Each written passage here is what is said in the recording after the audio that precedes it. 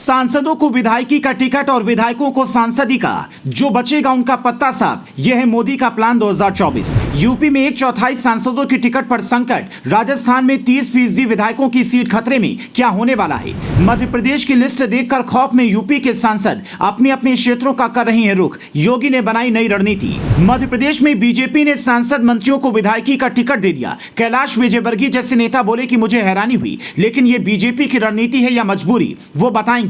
लेकिन पहले समझिए खेल क्या चल रहा है। दरअसल संघ वक्त वक्त पर बीजेपी की सरकारों को लेकर सर्वे कराता रहता है। उसमें जिन नेताओं और मंत्रियों का रिपोर्ट कार्ड खराब होता है उन्हें बताया जाता है और जरूरत पड़ने पर हड़काया भी जाता है। अब मध्य प्रदेश में भी वही हुआ है। वहां के विधायकों से ज्यादा सीएम का मामला गड़बड़ था, तो बीजेपी ये संदेश देना चाहती थी कि सीएम मामा की जगह कोई और भी हो सकता है। इसीलिए 3 ऐसे बड़े नेताओं को उतार दिया जो खुद सीएम की रेस में बने रहे हैं। उनमें केंद्रीय मंत्री भी शामिल हैं। हो सकता है कि किसी को ये डिमोशन लग रहा हो, लेकिन क्या पता कुछ दिन बाद उनमें से कोई एक सीएम बन जाए। इस बार नहीं, बीजेपी ऐसे प्रयोग करती रही है, लेकिन अब की बार बड़े पैमाने पर इस प्रयोग को रणनीतिक रूप दिया जा रहा है। खबर है कि राजस्थान में भी करीब 30% विधायकों का पत्ता साफ होगा। इनमें जिनका काम अच्छा नहीं है वो विधायक होंगे, साथ ही में वो भी विधायक होंगे जिन्होंने कभी न कभी आलाकमान को आंखें दिखाई। अब यूपी में चलिए तो खबर मिलती है कि लोकसभा चुनाव में बीजेपी करीब 1/4 सांसदों का टिकट काटने का मन बना चुकी है।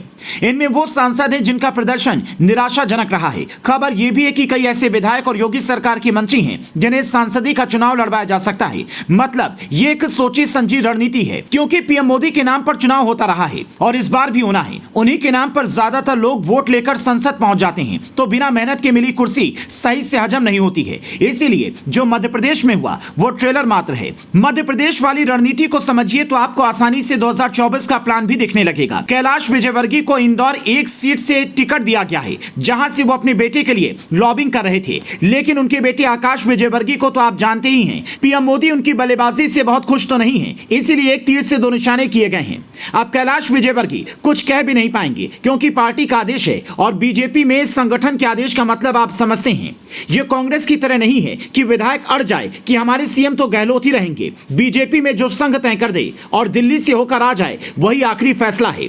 यही विजयवर्गीय ने भी कहा। तो समझिए कि 2024 में कई ऐसे फैसले आपको देखने को मिलेंगे जिनका हिसाब ना राजनीतिक पंडित लगा पाएंगे, ना वो खुद नेता। यही मोदी की असली रणनीति होती है। वो विरोधियों के साथ साथ अपनों को भी सरप्राइज करते रहते हैं।